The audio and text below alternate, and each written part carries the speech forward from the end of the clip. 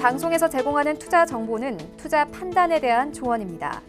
방송에서 제공하는 주식의 가치, 가격 상승 및 가격 하락에 대해서는 방송사에서 보장하지 않습니다.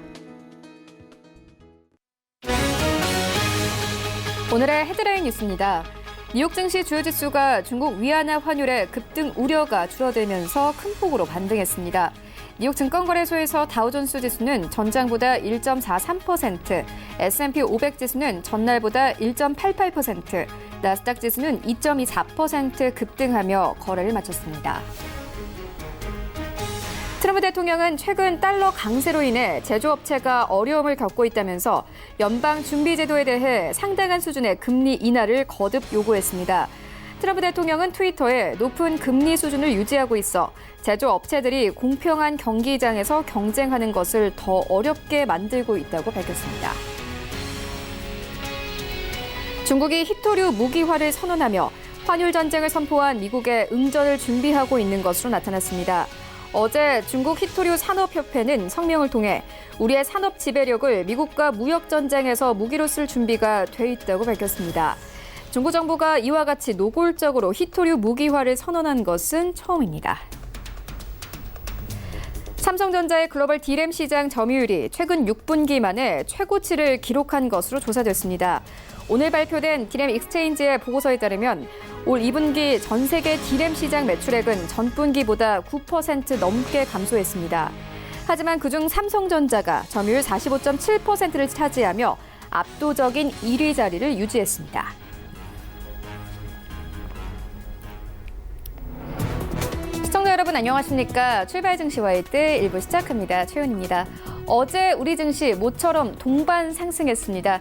코스피 지수 어제 0.5%의 상승세를 띄었는데요. 개인의 매수에 힘입어서 1920선까지 올랐습니다. 어제 코스닥 시장은 반등세 이어나갔습니다. 3% 넘게 반등하면서 580선까지 올랐습니다. 어제 전반적으로 아시아 증시의 분위기가 좋았습니다. 물론 이 위안화가 달러당 7위안을 넘어서긴 했지만 변동성이 크지 않으면서 시장은 환호를 했는데요. 이런 똑같은 이유와 함께 간밤의 뉴욕 증시 3대 지수도 모두 강한 상승세를 보였습니다. 특히나 나스닥 지수는 2% 넘게 강세를 보였습니다. 또 어제 발표된 중국의 수출입 지표가 호조를 보이면서 글로벌 경기 둔화에 대한 우려가 잦아드는 모습입니다. 이런 시장 상황들 출발 증시 와이드 1부에서 정확하게 알아보도록 하겠습니다. 네, 먼저 라이브 이슈타임에서는요. 최근 환율 상승으로 이 실적 개선 효과를 본 기업들의 주가는 오히려 뒷걸음질 치고 있는 상황입니다. 함께 주가 흐름 짚어보도록 하겠고요. 이어서 최근 장 급락과 또 개별적인 악재가 겹치면서 바이오주가 큰 폭으로 빠졌습니다. 이제 바이오주에 대한 신뢰 자체가 무너져서 과거 황우석 사태가 벌어졌던 2008년도와 같은 이 분위기가 되었다라는 분석이 나오고 있는데요. 바이오 업종들 전체적으로 살펴보도록 하겠습니다. 네, 이어지는 월가 산책 시간에는요. 화웨이가 상하이에 대규모 연구개발센터를 건립한다고 합니다. 시장에 미치는 영향 전반적으로 살펴보도록 하겠고 이어서 소프트뱅크 그룹이 일본 기업 사상 최대 순이익을 올리면서 이제 새로운 사업에 발벗고 나섰는데요. 살펴보도록 하겠습니다. 출발 증시 와이드 1부 지금 출발합니다.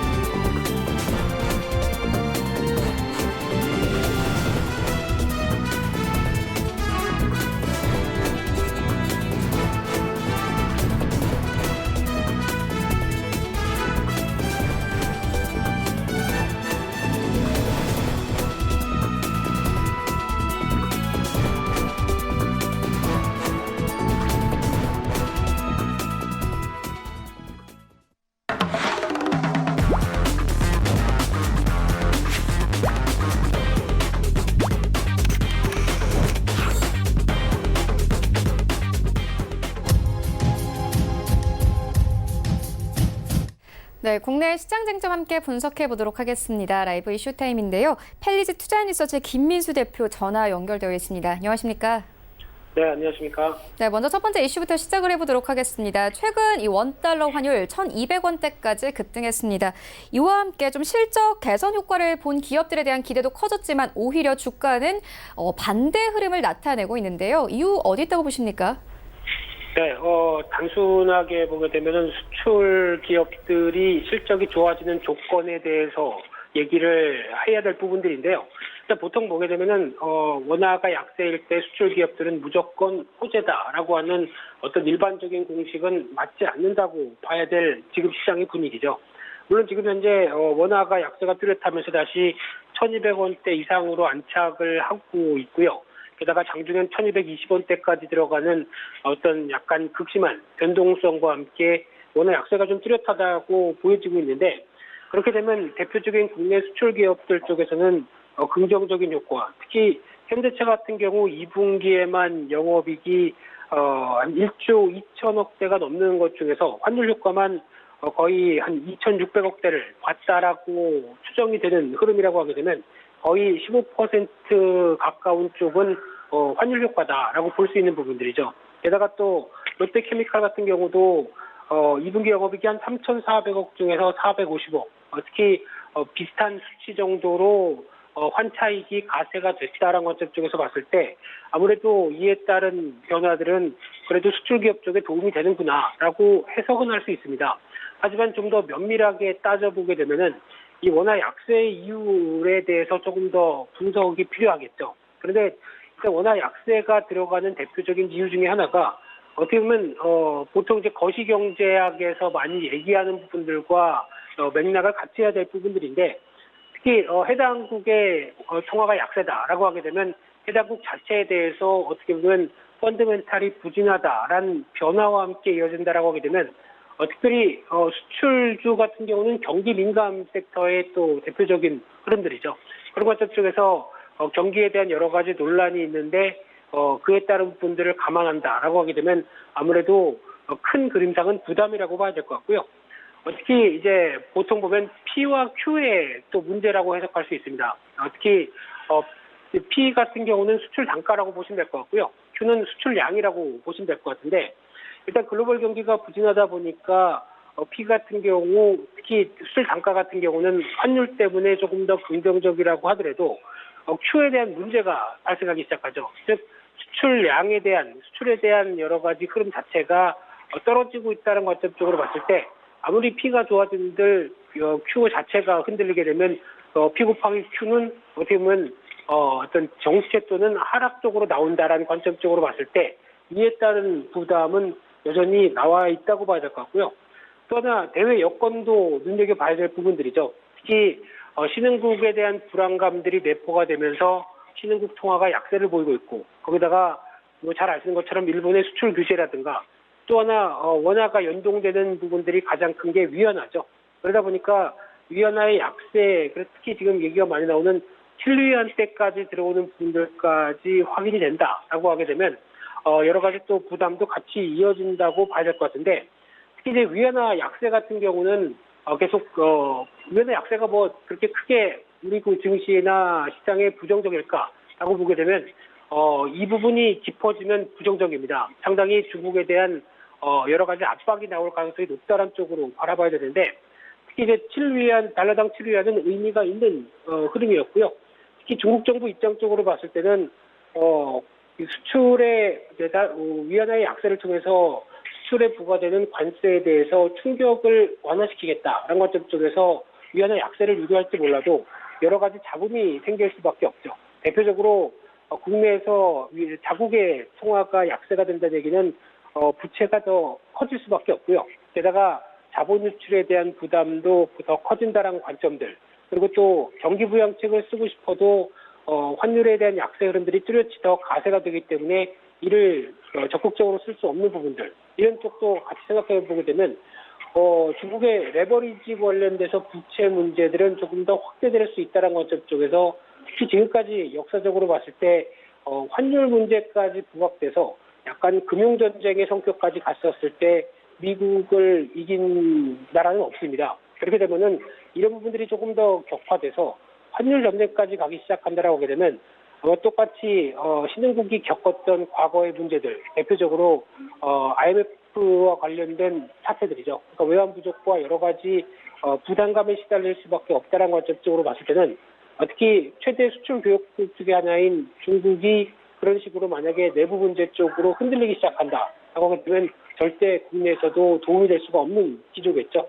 이런 쪽에 대한 생각을 해볼 때는 위안화 약세가 절대 어떤 지금 시작으로 봤었을 때 도움이 되지 않는다는 관점 쪽은 분명히 여기셔야 될 걸로 보여지고 있고요. 게다가 또 외환 시장을 봤었을 때 안전자산 선호 현상이 뚜렷하죠. 대표적으로 상대적으로 글로벌 통화 정책이 완화 정책 쪽으로 간다고 하더라도 달러 인덱스가 오히려 충분하게 떨어지지 않는 강세 기조가 여전히 유입된다는 점.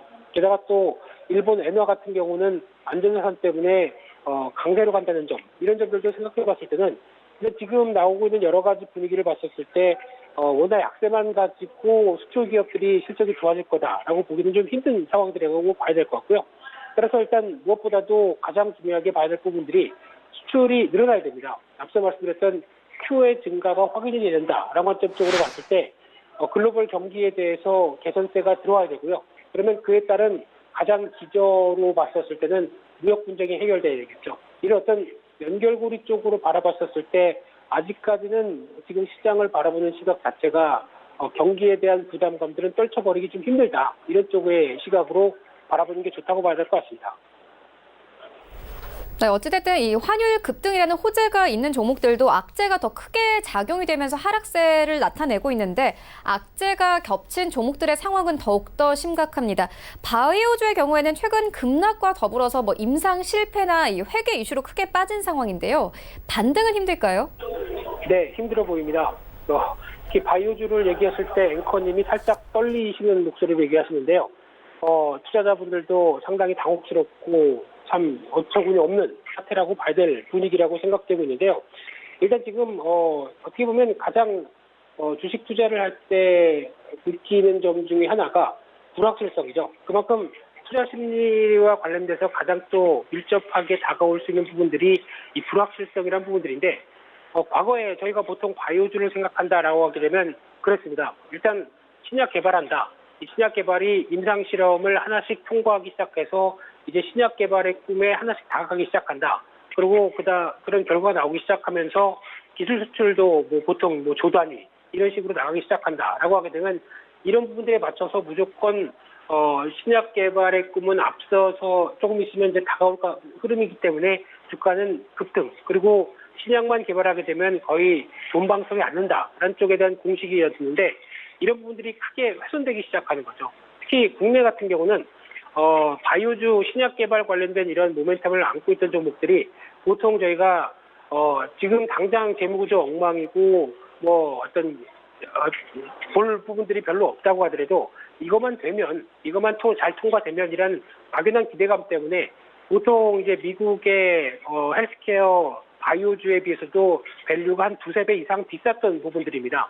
근데 이번에 여러 가지 사태를 통해서 이런 어떤 비쌌던 밸류가 한꺼번에 소진이 되는, 그래서 한꺼번에 소멸되는 국면들이 나오고 있는 상황들이죠. 그런 상황 속에서 봤을 때는 솔직히 말씀드리면 어떻게 보면 이게 정상일 수가 있습니다. 그만큼 저희가 비싸게를 주고라도 그 거품 안에는 오히려 어떤 기대감이 좀 컸다는 부분들 쪽에서 바라봤었을 때 지금이 정상이 더 아닐까라는 생각도 해볼 필요가 있다고 봐야 될 것 같고요.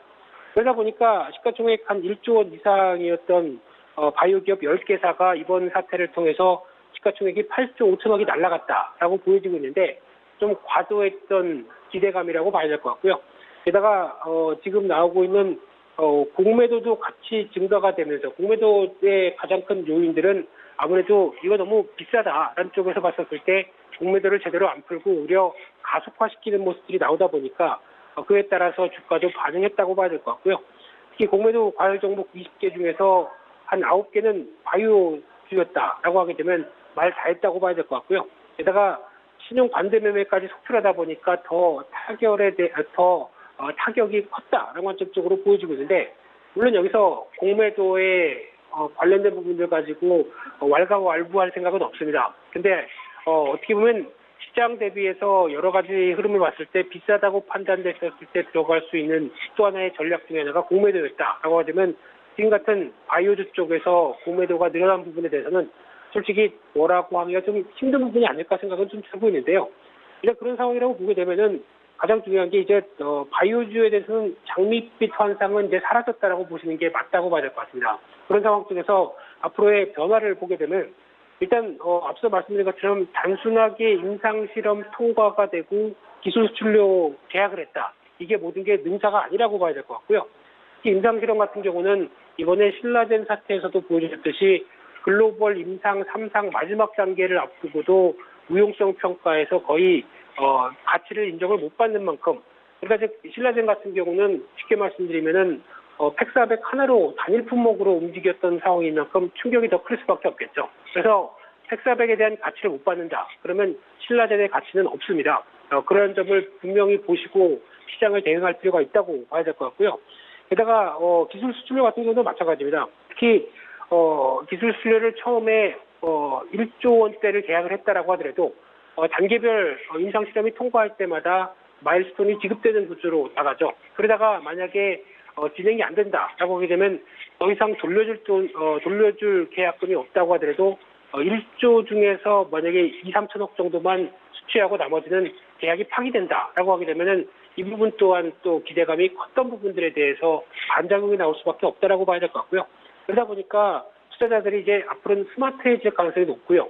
그런 쪽에서 수치나 결과를 좀 더 꼼꼼히 챙겨볼 가능성이 높다는 관점 쪽에서 봤을 때는 아무래도 어떤 바이오주에 대한 여러 가지 변화들이 앞으로 좀 깐깐해진다라는 쪽으로 보셔야 될 것 같고요. 이제 지금 단기 낙폭이 컸던 만큼, 그리고 첨생법이 통과되고 정부의 정책적인 지원까지도 계속 이어질 걸로 보여지는 만큼 일단 단기 기대감은 남아있다고는 보여지지만은 투자 심리가 예전처럼 다시 돌아가기에는 시간이 더 많이 필요하고 오히려 종목별로만 차별화될 가능성들. 그러니까 지금 기대하고 있던 수준 정도를 계속 임상 실험이나 여러 가지 부분들이 통과되고 넘어갈 때마다 그 해당 종목에 대해서만 어떤 시장이 포커스를 맞추지 않을까로 바라봐야 될 것 같고요. 그러다 보니까 마지막으로 가장 중요한 부분들이 그동안 이제 코스닥 시장의 시가총액을 차지했던 시가총액 10위 안쪽에, 특히 대표적으로 신라젠 같은 경우는 시총 2위까지도 올라왔었던 부분들이죠. 이런 쪽이 이제 타격으로 인해서 쭉 밀려내려가기 시작하게 되면 시가총액 상위 종목들이 변화가 오기 시작합니다. 대표적으로 그동안 그래도 실적 관련돼서 변화가 들어왔던 게 통신 장비 쪽이고요. 거기다가 최근에 동향을 보시게 되면은 SK 머터리얼즈나 솔브레인 같은 종목들이 올라오기 시작하면서 IT 부품 소재주가 약진을 하게 됩니다. 그래서 시가총액 상위 종목들이 변하면 그에 따른 패시브 자금과 인덱스도 변화가 된다라는 관점 쪽에서 오히려 코스닥 시장의 변화 요인들을 충분히 아시면서 이쪽에 대한 부상도 같이 바라보시면서 매매 전략에 참고를 하시면서 대응하시는 게 좋겠다. 그렇게 말씀드리겠습니다. 네, 바이오 종목들 투자 심리가 복구될 때까지는 좀 시간이 필요할 것이다 이렇게 짚어주셨습니다. 이어서 다음 이슈로 옮겨가 보도록 하겠습니다. 이 반대로 좀 기대를 받는 종목들도 있는데요. 이 갤럭시 노트 10 관련 수혜주입니다. 오는 23일에 갤럭시 노트 10이 공개될 예정인데 증권사에서는 이제 수혜주 찾기에 나섰습니다. 어떤 종목들이 있습니까? 네, 갤럭시 노트 10만 보면은 저도 바꾸고 싶습니다. 노트 성애자다 보니까 아직까지는 노트 8을 쓰고 있는데요. 보고 저도 이제 할부금 다 거의 다 끝났으니까 바꿀 때가 되지 않았나라는 생각은 하고 있는데 저 같은 사람들이 많아져서 갤럭시 노트 10이 잘 팔리느냐 이 부분은 일단 조금 더 지켜봐야 될 것 같고요. 일단 모델이 두 가지로 나오기 시작하고 스크린 비중도 화면이 이제 베젤이 거의 없어지면서 94%라고 얘기를 합니다. 거기다가 지금 최근의 기조에 맞춰서 카메라, 영상 편집기 등이 강화됐다고 보여지고 있는데 일단 무엇보다 노트 9 이제 전작이죠. 글로벌 판매 한 900만 대 정도를 초과할 수 있느냐 이 부분이 가장 큰 관건인데 증권사나 제조사는 낙관하는 분위기지만은 제가 보기에는 조금 아닐 수도 있다고 봐야 될 것 같고요. 이 스마트폰 판매 자체가 이 가트너지에서 얘기하는 글로벌 스마트폰 자체가 올해 한 2년 연속으로 특히 2% 이상 역성장할 것이다라고 보여주고 있는 만큼 어떤 수요층 자체가 그렇게 지금 교체 수요 말고는 두텁지가 않은 상황들인데 특히 이제 어떤 교체와 함께 나오는 분야의 부분에 대해서 좀 더 활발히 이루어질 수 있을 것이냐, 이 부분이 가장 큰 핵심이라고 봐야 될 것 같고요.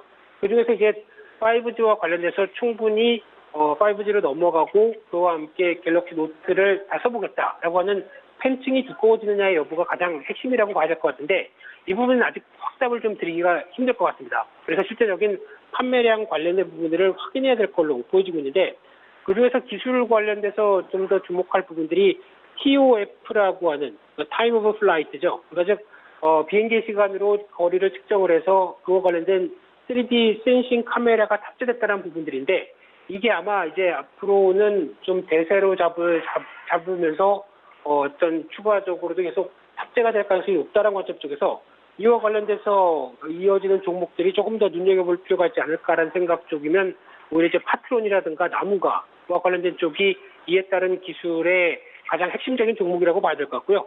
그 밖에 관련 수혜주라고 보게 되면은 삼성전기, 와이솔, 파워로직스, 한솔테크닉스 이런 종목들은 있긴 있는데, 일단 지금 과거 대비해서 솔직히 어제 저는 여러 가지 시장 체크하느라고 갤럭시 노트 10 언팩 행사가 있는지도 몰랐습니다. 그 정도로 지금까지 기대감이나 시장을 바라보는 게 과거 대비해서는 신작에 대한 기대감이 그렇게 크게 높지 못하다는 점들도 염두를 하실 필요가 있을 것 같고요. 일단은 뚜껑 열어보자, 이런 심정으로 대응하시는 게 좋지 않을까, 그렇게 보여지고 있습니다. 네, 알겠습니다. 지금까지 펠리즈 투자인리서치 김민수 대표와 함께했습니다. 고맙습니다.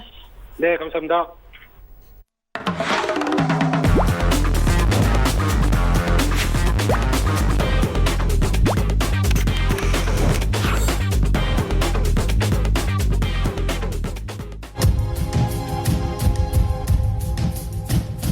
네, 이번에는 글로벌 이슈 체크해 보도록 하겠습니다. 월가 산책 시간인데요. KTB 투자증권 이성훈 과장 전화 연결되어 있습니다. 안녕하십니까? 네, 안녕하십니까? 네, 최근 화웨이에 대한 여러 가지 이슈가 나오는 가운데 화웨이가 상하이에 대규모 연구개발센터를 건립한다고 밝혔습니다. 이 의중 어디 있다고 보십니까? 네, 우선 첫 번째로 이제 미국의 제재 쪽의 기술 자립을 강화하기 위한 첫 번째 조치라고 좀 볼 수 있겠고요. 우선 화웨이는 100억 위안이죠. 우리나라 돈으로 1차 7천억 원을 투자하면서 반도체 칩과 또 무선 네트워크, 또 사물 인터넷 등을 집중적으로 연구할 대규모 R&D 센터를 이 상하이 칭푸 지구에 건립할 예정입니다. 이 규모는 축구장 130개 크기의 센터라고 볼 수 있겠는데, 총 3만에서 4만 명의 화웨이 직원을 수용할 수가 있습니다. 화웨이는 전 세계의 36개 혁신센터와 14개의 연구개발 기관을 운영하고 있는데요. 우선 이 상하이 푸동지구에 이미 대규모 연구개발 센터가 있는 화웨이가 이 추가적 연구개발 투자에 나선 것은 역시 미국 정부의 제재 후에 기술 자립의 필요성을 절실하게 느꼈기 때문이라는 분석이 나오는 상황이고요. 화웨이는 지난 5월 미국 상무부가 국가 안보 우려를 이유로 이 회사를 사실상의 블랙리스팅의 거래 제한 명단에 올리면서 좀 위기를 맞았습니다. 특히 인텔, 구글, 마이크로소프트 같은 미국의 주요 기술 기업들이 거래 중단 의사를 밝히자 이 화웨이는 미국 의존도를 줄이기 위한 방법의 일환으로 자체 연구개발에 자금과 인력을 쏟아붓고 있다고 볼 수 있겠고요. 작년에 투입한 인력만 전체 45%에 해당하는 약 8만 명에 이른다고 볼 수 있겠고, 총 매출의 14.1%인 1,015억 위안을 연구개발에 좀 투자했습니다. 한편 미국의 이런 표적 공세에도 이제 화웨이의 올해 상반기 매출 같은 경우에는 스마트폰 판매 호조와 이 5G 이동통신 장비 수요 증가에 힘입어서 작년에 같은 기간 대비 23% 증가한 4,013억 위안을 기록했는데요. 특히 중국 내 애국 소비죠. 이 열풍에 힘입어서 상반기 화웨이의 중국 시장 점유율은 10.6%에서 38%까지 뛰어 올랐습니다. 우선 이런 지금 최근에 어떤 OS와 반도체 칩 개발 등 기술 자립 박차를 가해하겠다고 선언했던 부분 같은 경우에도 이 중국 정부의 어떤 자유무역 규모를 지금 2배 규모 키우겠다고 발표한 이후에 어떤 상하이 자유무역구에 투자를 한다는 부분이라고 좀 볼 수 있겠고요.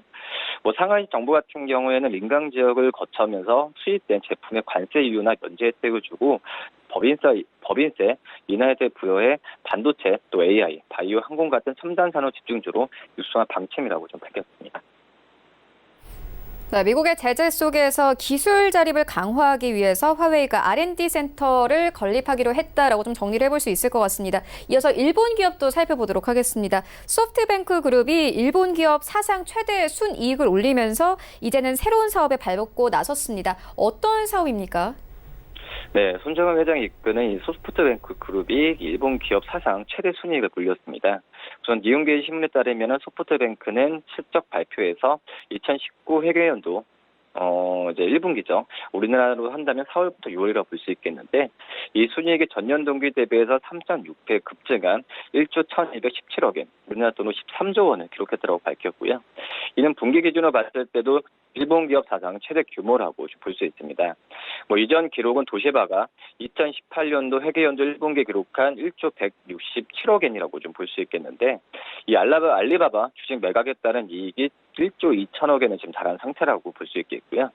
이 매각 이익이 4,600억 엔이었으면서 이 관련 금융상품 이익이 7,400억 엔을 지금 기록했습니다. 2016년에 알리바바 주식을 이용한 자금 조달 구조를 만들면서 이 회계 장부상의 이익을 반영한 것이 지연됐다고 신문은 좀 설명했고요. 이 1,000억 달러 규모의 비전 펀드와 이 소프트뱅크가 보유한 델타 펀드죠. 3,976억 엔에 달하는 이익을 창출한 것으로 밝혔습니다. 다만 우버 테크놀로지의 주가 하락으로 1,953억 엔의 장부상 손실이 기록돼 순이익 규모가 다소 이 부분에 있어서 축소된 부분으로 밝혀졌고요. 우선 그 손정은 회장은 이 컨퍼런스 콜에서 이 소프트뱅크는 투자 회사여서 매출과 영업이 모두 의미 있는 숫자는 아니다라고 좀 얘기했고요. 가장 의미 있는 수치는 보유 주식 가치 26조 엔에서 순부채 5조 엔을 뺀 주주 가치 21조 엔을 강조했습니다. 이어서 주주 가치는 약 20년간 지속적으로 상승하고 있다면서 앞으로 우리의 모습은 비전 펀드 하나라고 해도 과언이 아니다라는 부분을 선언했고요.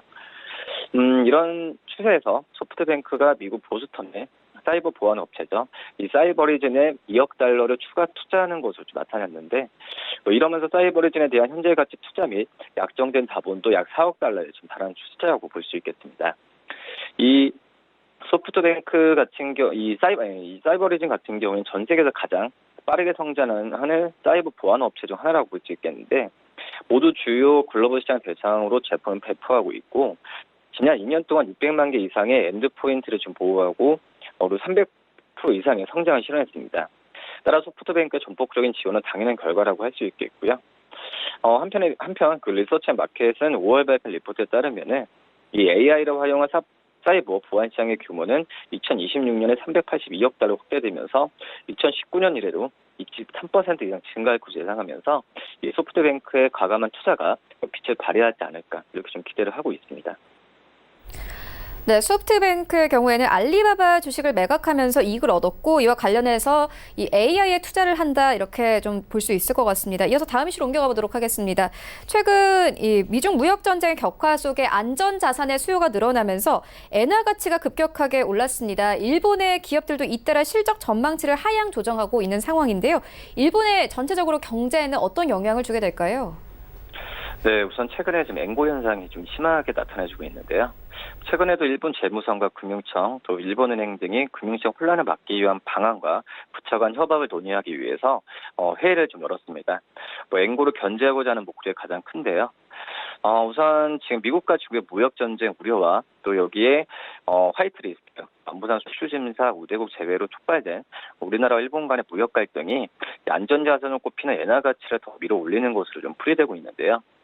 이 연준이 성장률 우려를 반영해 기준금리를 더 내릴 것이라는 기대감도 엔화 가치를 높이는 상황이라고 볼 수 있겠습니다. 우선 도널드 트럼프 미국 대통령이 9월부터 미국의 추가 관세를 발동하겠다고 밝히면서 이 안전자산이 엔을 사는 움직임이 좀 이어졌다고 좀 평가를 하고 있고요. 미국의 추가 금리 인하 가능성 때문에 미국과 일본의 금리 차가 줄어드는 경향 역시 앵고로 이어지는 부분이라고 좀 볼 수 있겠습니다. 우선 지금 그 시장 내에서는 이번 주 내에 1달러당 105엔을 넘는 앵고가 나타날 가능성 예상하고 있는데 이미 넘어섰죠. 넘어선 상태라고 볼 수 있겠고, 우선 우려되는 부분은 이 안전자산 수요가 몰리면서 엔화 가치가 급격히 오르면서 일본의 기업들이 잇따라 시세 전망치를 하향 조정하고 있습니다. 우선 엔조로 실적이 개선된 일본 기업이 투자를 확대하고 성장하는 이 경제 전략인 이 아베노믹스에도 빨간불이 켜진 현재 상황이라고 볼 수 있겠고요. 일본 최대 자동차 메이커 토요타죠. 토요타 같은 경우도 최근 올해 실적 전망치의 전제로 설정한 엔화 가치를 달러당 110엔에서 100엔으로 대폭 절상했는데 토요타는 올해 영업이익 전망치를 1,500억 엔으로 좀 만큼 낮췄습니다. 이 전자업체 소니 같은 경우도 예상 엔화 가치를 달러당 110억 엔 안팎으로 108엔 전으로 좀 조정하면서 실적 악화를 좀 전망했고요. 이 업계에서는 엔화 강세가 진행되면은 연간 영업이익이 리산이 이 110억 엔, 그리고 시타 제대에서 25억 엔 등 각각 감소할 것으로 좀 추정하고 있고요. 우선 일본 기업들은 해외 생산 비율을 높이고 환율 변동 리스크에 대비하고 있다라고 전했고, 이 엔화 가치는 미국과 중국의 갈등이 무역에서 환율, 또 안보 분야 이르기까지 전방위로 확전될 가능성이 커지면서 지금 연이 급등하고 있는 부분입니다. 한마디로 달러를 팔고 안전자산을 꼽히는 엔화를 사들이는 투자자가 늘고 있는 부분인데요. 이 달러당 엔화 값은 지난달까지 108엔으로 유지됐지만 미국과 중국의 무역 전쟁 격화우로 106엔 중반대까지는 추락했습니다.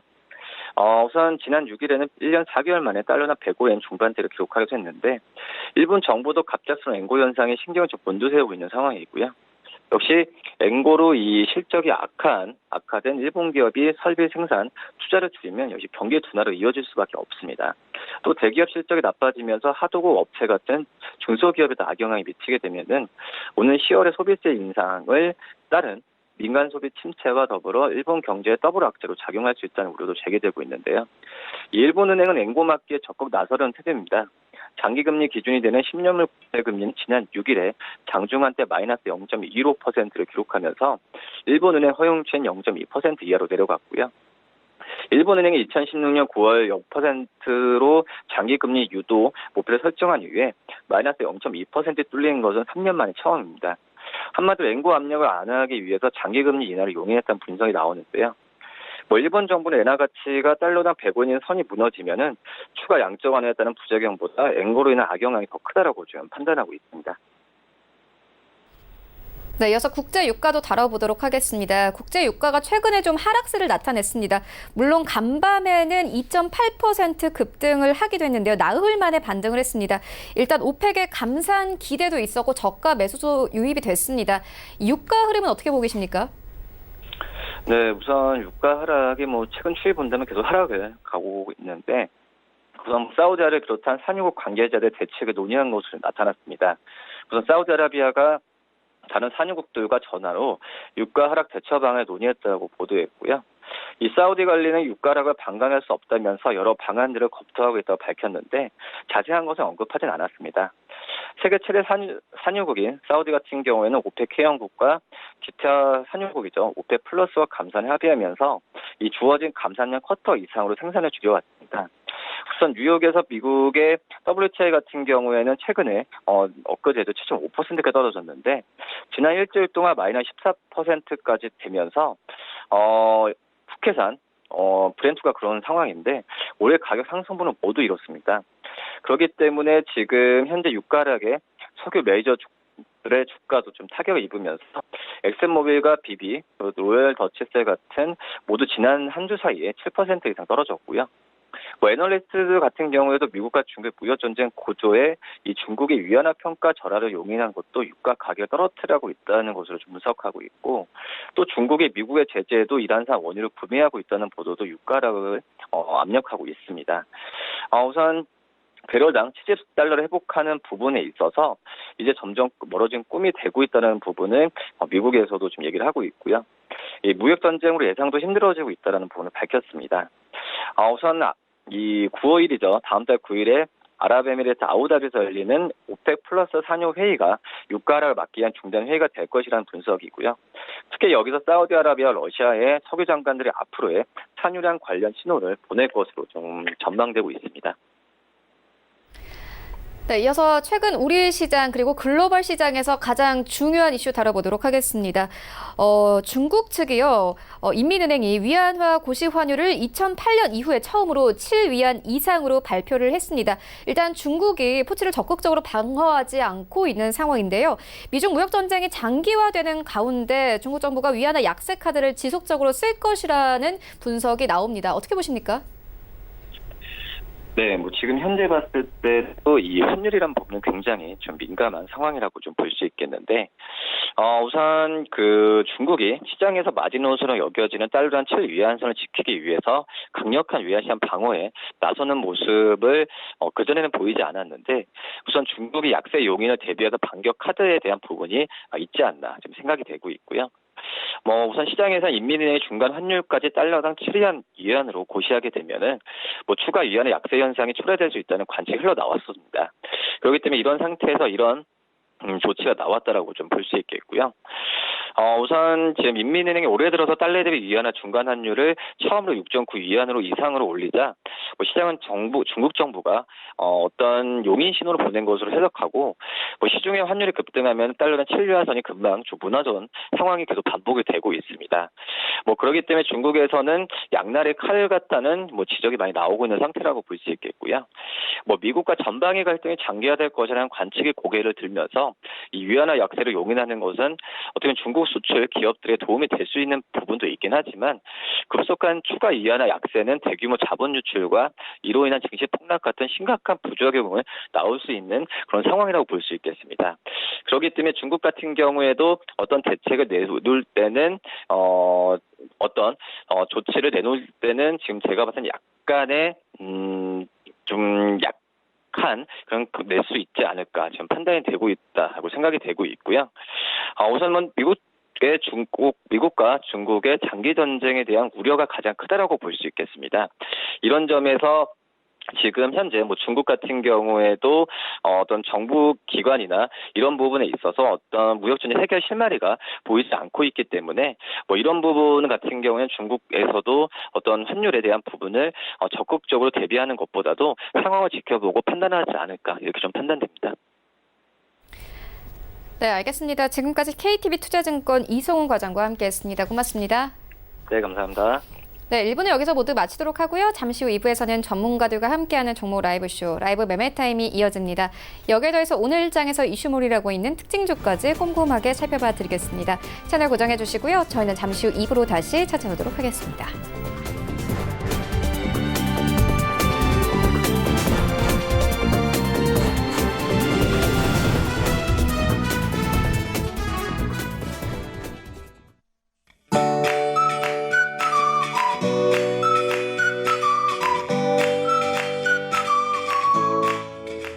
안녕하세요. K웨더 라이프스타일 예보 오주호입니다. 오늘만 지나면 내일은 주말입니다. 오늘 하루도 힘내서 기분 좋은 날 되시기 바라고요. 밤사이에 최저기온이 25도를 웃도는 열대야가 지속되면서 밤잠 설치시는 분들이 많으실 텐데요. 오늘도 전국 대부분 지역에 폭염주의보가 발효되면서 한낮에도 뜨거운 무더위가 이어지겠습니다. 오늘 중부지방으로는 대부분 35도를 기록하겠고 광주와 부산 역시 33도를 기록하며 전국적으로 어제보다 덥겠습니다. 따라서 오늘은 열사병 위험지수 지역이 어제보다 늘어나겠습니다. 중부지방에 이어서 전주와 대구 지역까지 그 범위가 확대되겠습니다. 따라서 장기간 야외 활동 시에는 그늘진 곳으로 이동하셔서 반드시 충분한 휴식을 취해 주시고요. 또 항상 수시로 수분을 보충해 주셔야 각종 여름 질병을 예방하실 수 있습니다. 한편 오늘 대기가 불안정한 탓에 오후 들어 곳곳에 소나기가 내리겠습니다. 예상 강수량은 5에서 많게는 30mm까지 비가 내리겠고요. 지역에 따라 강수량의 차이는 있겠지만 굵은 빗방울이 짧게 쏟아지겠습니다. 오후에 외출하실 땐 작은 우산을 하나 챙기시는 게 좋겠습니다. 다음은 자세한 지역별 날씨입니다. 중부지방은 대부분 오후 한때 소나기가 내리겠고 낮 기온은 춘천과 대전 35도까지 올라 덥겠습니다. 동해안은 종일 맑은 날씨를 보이겠고 울진은 33도까지 올라 덥겠습니다. 남부지방의 경우 대구와 광주, 전주 지역에 소나기 예보가 있고요. 33도를 웃도는 무더위가 이어지겠습니다. 오늘 전해상으로 별다른 비 소식 없이 맑은 날씨를 보이겠지만 바다의 물결은 서해와 남해 최고 4m까지 매우 높게 일겠습니다. 항해나 조업하실 때 높은 물결에 주의하셔야겠습니다.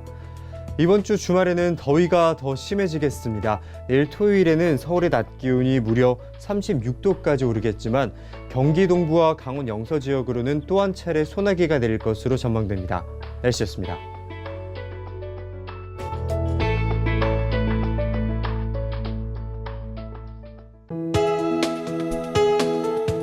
방송에서 제공하는 투자 정보는 투자 판단에 대한 조언입니다.